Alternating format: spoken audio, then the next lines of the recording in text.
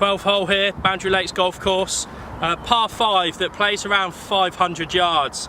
Slightly downhill, slightly downwind, which I don't know whether that's a good thing or a bad thing when you'll see the features we've got at the bottom of the hill.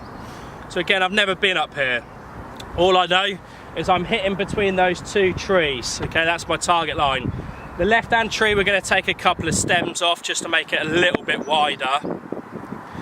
One of the features you'll see in Andy Brown's video blog of the golf course is a new ditch that we've got running down the left-hand side of this hole, which Mother Nature has formed for us, that we're actually going to turn into a proper ditch in play.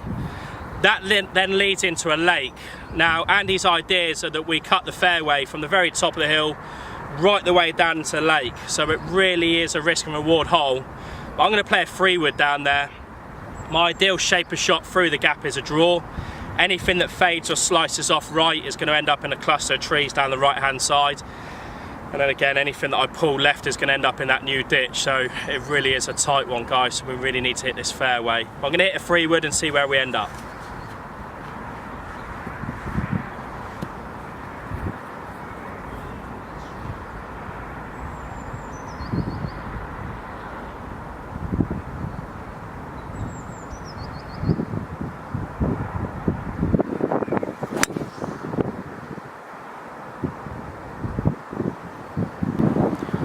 Okay, so my ball's ended up at the top of the hill here on the 12th hole. So I guess I'd hit that around about 230, 240 yards. But like I said in earlier video blogs, the fairways haven't been cut down, so they're probably twice as thick as what they will end up being June. So my guess is my ball's going to end up rolling all the way down into that lake. So you're looking like it could be a long iron, maybe a rescue wood off the tee for long hitters, and then a 3-wood for the average golfer, the sort of 18 to 24 handicapper. So my second shot here, I've got a lake right in front of us, as you can see. I've missed the stream down the left-hand side, but then I've got to think about the stream that runs all the way down the left-hand side of the green, and then all the way behind the green. And then I've also got to think about the lake on the right-hand side of the hole with a bunker. Other than that, there's not many features to this hole. But my plan is to try and hit a 6-iron just over this lake.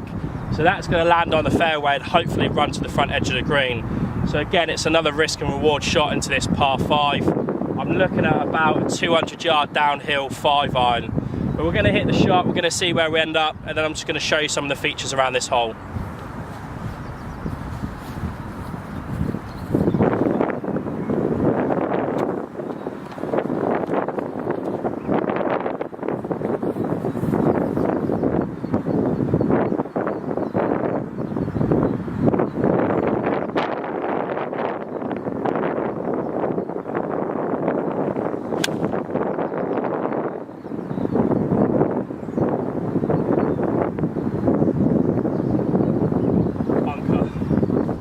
Okay, so we're down at the green at the 12th hole.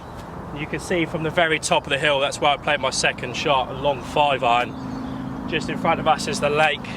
So the distance from the very back of the lake through to the green, it's only about 20 yards. So my ball actually ended up in the bunker, which is another bunker that we're putting together over the next 2 to 3 months. The guys have got 50 bunkers in total to do. We're currently at about a third of the way through, so the guys are really doing well. The big avoidance really is the stream down the left-hand side. You end up in that, it's an automatic drop shot. Greenkeeper's Revenge Day is going to be fun here. This is another one of those very, very long, in-depth greens. Pace-wise, you're looking at about 40 paces from front to back. I'm just going to show you anything that ends up at the front is an automatic birdie chance. But anything pinned back right makes it very, very difficult. So I'm just going to play a flop shot over the edge of the bunker.